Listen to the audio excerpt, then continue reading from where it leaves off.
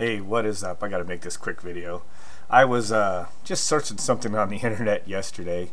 I just wanted to see what people said about typical prices for changing out a condenser unit or a compressor. Just kind of seeing what people, non-HVAC techs, would say about that.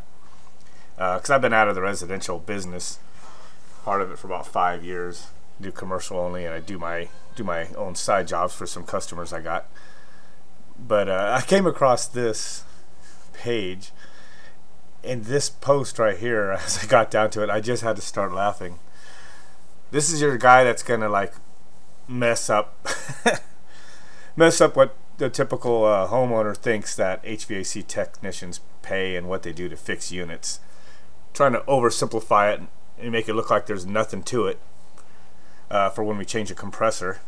So the guy's like, a few facts for everyone here. Okay, this guy's gonna tell them facts, right? This bite writer.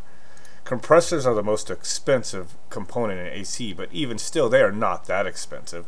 A 3 to 3.5 ton 12-seer compressor, now note this part, how he calls it a 12-seer compressor, costs a repair person who buys wholesale about $350 to $450. Typically 3-ton Copeland compressor used by most AC units.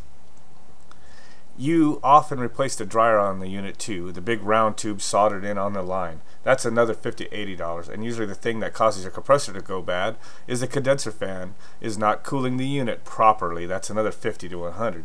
The control boards and caps usually aren't replaced during a compressor replacement, but the salesperson will talk you into it. Don't do it until they have proved these components are bad. I'm not an HVAC person, but I have replaced my own compressor, fans, caps, etc. The compressor requires Freon, which means you'll be required to get a qualified HVAC guy to cycle your lines 3 times after the compressor is installed. So already I'm kind of wondering where he's getting this information.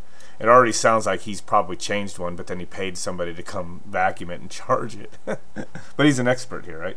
Let's go on. Installing a compressor yourself. Buy the same brand compressor. Makes life a lot easier with the wiring and copper tube connections. Well, there's one thing he's right about. This is where it starts to make me laugh. Use MAP gas and 50% silver solder. Do not use flux. The soldering technique is the same for copper water pipes, no different. The guy's totally messed up right here. MAP gas. That dude would be standing on that copper pipe forever to get that suction line soldered. And 50% silver? Most people use like 15 or 20, so I don't know where he's got that from. That's some pretty expensive stuff too. Total cost to replace pump, fan, and dryer, $723. Average cost of a quote received is $1,900, and that's probably about the price right there. That's what we were used to charge. The unit costs $2,600 and is 7 years old. Stupid, huh? If you want a higher SEER, here's where the guy just really takes the cake.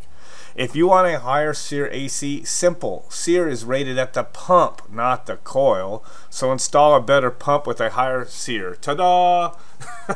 I've never seen such stupidity right there about HVAC as that.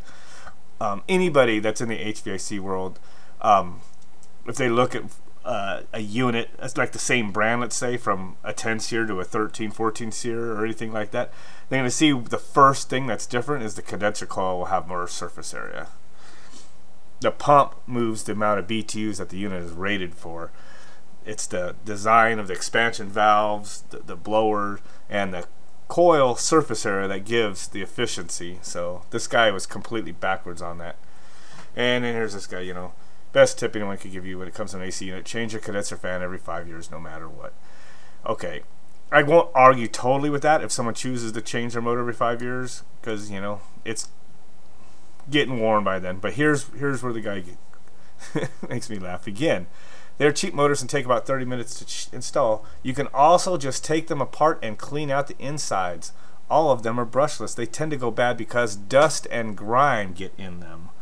I guess just the bearings wearing and the shaft wearing has nothing to do with it, and the heat, huh? 4 screws hold it together. Remove them, pull the spindle out, wipe it off, put a little grease on it, put it back together. You're good for another 5 years. If you could pump gas in your car, you can replace the condenser motor and replace the capacitors. They are, in reality, no-brainers. I wouldn't say that because any 16-year-old kid that you just gave a driver's license to can pump gas in their car. Are you gonna go hand them a capacitor and a condenser motor for their heat pump? No. So anyway, I just thought maybe you guys could get a laugh at that. That just was too much.